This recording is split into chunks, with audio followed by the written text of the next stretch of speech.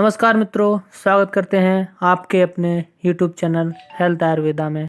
आज हम बात करेंगे एक नए टॉपिक के बारे में जिसका नाम है कफ दोष। कफ दोष क्या है, इसके लक्षण और इसकी प्रकृति, इसकी उपचार और विशेषताएं। कफ दोष हमें होने पर क्या क्या परेशानियां होती हैं, आज हम इसी टॉपिक पे बात करेंगे। तो चलते हैं अब। कफ दोष पृथ्वी और जल इन दो तत्वों से मिलकर बना होता है। पृथ्वी के कारण कफ दोष में स्थिरता और भारीपन और जल के कारण तेलीय और चिकनाई वाले गुण होते हैं। यह दोष शरीर की मजबूती और इम्यूनिटी क्षमता बढ़ाने में सहायक है। कब सहायक है? जब ये सामान्य स्थिति में हो तब। कफ दोष का शरीर में मुख्य स्थान पेट और छाती है। कफ शरीर को पोषण देने के अलावा बाकी दोनों दोषों को भी नियंत्रित करता है, वात और पित्त। इसकी कमी होने पर ये दोनों दोष अपने आप ही बढ़ जाते हैं। इसलिए शरीर में कफ को संतुलित अवस्था में रहना बहुत जरूरी है। अब हम बात करते हैं कफ दोष के प्रकार।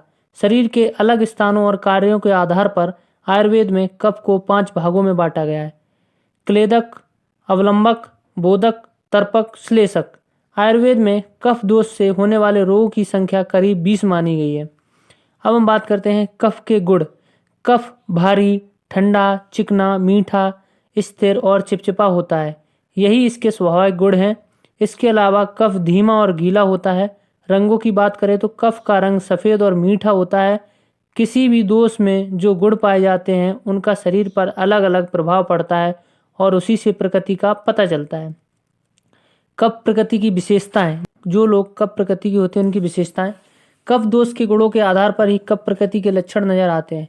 हर एक दोष को अपना एक विशिष्ट प्रभाव है। जैसे कि भारीपन के कारण ही कफ प्रकृति वाले लोगों की चाल धीमी होती है। शीतलता गुण के कारण उन्हें भूख, प्यास, गर्मी कम लगती है और पसीना कम निकलता है। कोमलता और चिकनाई के कारण पित्त प्रकृति वाले लोग गोरे और सुंदर होते हैं। किसी भी काम को शुरू करने में देरी या आलस आना स्थिरता वाले गुण के कारण होता है। कफ प्रकृति वाले लोगों का शरीर मांसल्स और सुडौल होता है। इसके अलावा वीर की अधिकता भी कफ प्रकृति वाले लोगों की लक्षण है। अब हम बात करते हैं कफ बढ़ने के कारण। हमारे शरीर में कफ क्यों बढ़ जाता है और कब बढ़ता है? मार्च अप्रैल के महीने में सुबह के समय खाना खाने के बाद जब छोटे बच्चों में कफ स्वाभाविक रूप से बढ़ा हुआ रहता है, इसलिए इन समयों में विशेष ख्याल रखना चाहिए। इसके अलावा खान पान आदतों और स्वभावों की वजह से भी कफ असंतुलित हो जाता है। आइए जानते हैं कि शरीर में कफ दोष बढ़ने के मुख्य कारण क्या हैं। मीठे, खट्टे और चिकने युक्त खाद्य पदार्थों का ज़्यादा सेवन, मांस मछली का अधिक सेवन, तिल से बनी चीज़ें, गन्ना, दूध, नमक का अधिक सेवन, फ्रिज का ठंडा पानी पीना, आलसी स्वभाव और रोजाना व्यायाम न करना, दूध, दही, घी, तिल, उड़द की खिचड़ी, सिंघाड़ा, नारियल, कद्दू आदि का सेवन। कफ बढ़ जाने के लक्षण। जब हमें कफ बढ़ जाता है तो हमें क्या क्या लक्षण दिखाई देते हैं, तो चलते हैं अब। शरीर में कफ दोष बढ़ जाने पर कुछ खास तरह के लक्षण नजर आने लगते हैं। आइए कुछ प्रमुख लक्षणों के बारे में आपको बताते हैं।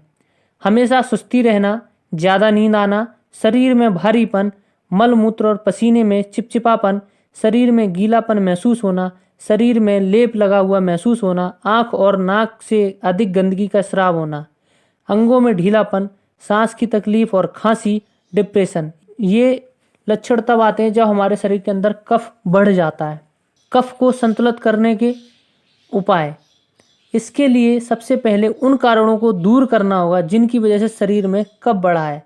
कफ को संतुलित करने के लिए आपको अपने खान पान और जीवन शैली में जरूरी बदलाव करने होंगे। आइए सबसे पहले हम खान पान के ऊपर बात करेंगे। कफ को संतुलित करने के लिए हमें क्या खाना चाहिए, क्या नहीं खाना चाहिए। कफ प्रकृति वाले लोगों को इन चीज़ों का सेवन करना ज़्यादा फायदेमंद होता है। बाजरा, मक्का, गेहूँ, किनोवा, ब्राउन राइस, राई आदि अनाजों का सेवन करें।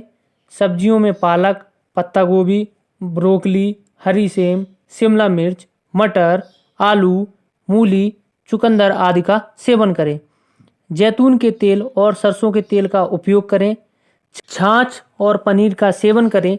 तीखे और गर्म पदार्थों का सेवन करें। सभी तरह की दालों को अच्छे से पकाकर खाएं। नमक का सेवन करें। पुराने शहद का उचित मात्रा में सेवन करें। कफ प्रकृति वाले लोगों को क्या नहीं खाना चाहिए? मैदे और इससे बनी चीज़ों का सेवन न करें। खीरा, टमाटर, शकरकंद के सेवन से परहेज करें। केला, खजूर, अंजीर, आम, तरबूज के सेवन से परहेज करें।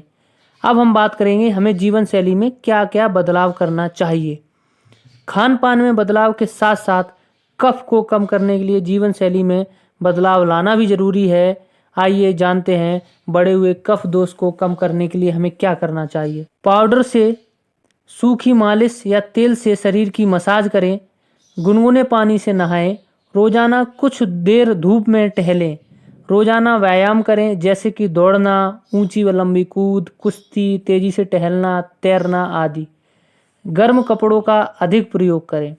बहुत अधिक चिंता न करें। देर रात तक जागें। रोजाना की दिनचर्या में बदलाव लाएं। ज़्यादा आराम पसंद जिंदगी न बिताएं बल्कि कुछ न कुछ करते रहें। कफ बहुत ज़्यादा बढ़ जाने पर उल्टी करवाना सबसे ज़्यादा फायदेमंद है। इसके लिए आयुर्वेदिक चिकित्सा द्वारा तीखे और गर्म प्रभाव वाले औषधियों की मदद से उल्टी कराई जाती है। असल में हमारे शरीर में कफ अमाशय और छाती में सबसे ज़्यादा होता है। उल्टी करवाने से इन अंगों में कफ पूरी तरह बाहर निकल जाता है। कफ की कमी के लक्षण। कफ बढ़ जाने से तो समस्या होना आम बात है, लेकिन क्या आपको पता है कि कफ की कमी से भी कुछ समस्याएं हो सकती हैं? हाँ, यदि शरीर में कफ की मात्रा कम हो जाए तो बहुत सारी समस्याएं होती हैं। अब बताते हैं आपको। शरीर में रूखापन, शरीर में अंदर से जलन महसूस होना, फेफड़ों, हड्डियों, हृदय और सिर में खालीपन महसूस होना, बहुत प्यास लगना, कमजोरी महसूस होना और नींद की कमी। कफ की कमी होने पर उन चीज़ों का सेवन करें जो कफ को बढ़ाते हैं, जैसे कि दूध, चावल। गर्मियों के मौसम में दिन में सोने से भी कफ बढ़ता है, इसलिए कफ की कमी होने पर आप दिन में कुछ देर जरूर सोएं। शाम और निराम कफ। पाचक अग्नि कमजोर होने पर हम जो भी खाना खाते हैं उसका कुछ भाग ठीक से पच नहीं पाता और वह हिस्सा मल के रूप में बाहर निकलने के बजाय शरीर में ही पड़ा रहता है। भोजन के इस अधपके अंश को आयुर्वेद में आमरस या आमदोष कहा गया है। यह दोषों के साथ मिलकर कई रोग उत्पन्न करता है। जब कफ आम से मिल जाता है तो यह अस्वच्छ तार की तरह आपस में मुड़ा हुआ, गले में चिपकने वाला, गाढ़ा और बदबूदार होता है। ऐसे कफ डकार को रोकता है और भूख को कम करता है। जबकि निराम कफ झाग वाला, जमा हुआ, हल्का और दुर्गंध रहित होता है। निराम कफ गले में नहीं चिपकता और मुंह को साफ रखता है। अगर आप कफ प्रकृति के हैं और अक्सर कफ के असंतुलित होने से परेशान रहते हैं तो आपको इस वीडियो में जो नियम बताए हैं उन नियमों का पालन करें और आप जल्दी स्वस्थ हो जाएं। आपका खान पान ही आपकी औषधि है, तो खान पान को अच्छा रखिए और स्वस्थ रहिए। अगर आपको ये वीडियो अच्छा लगा हो तो लाइक करें, कमेंट करें, शेयर करें और चैनल को सब्सक्राइब नहीं किया हो तो सब्सक्राइब करें। धन्यवाद।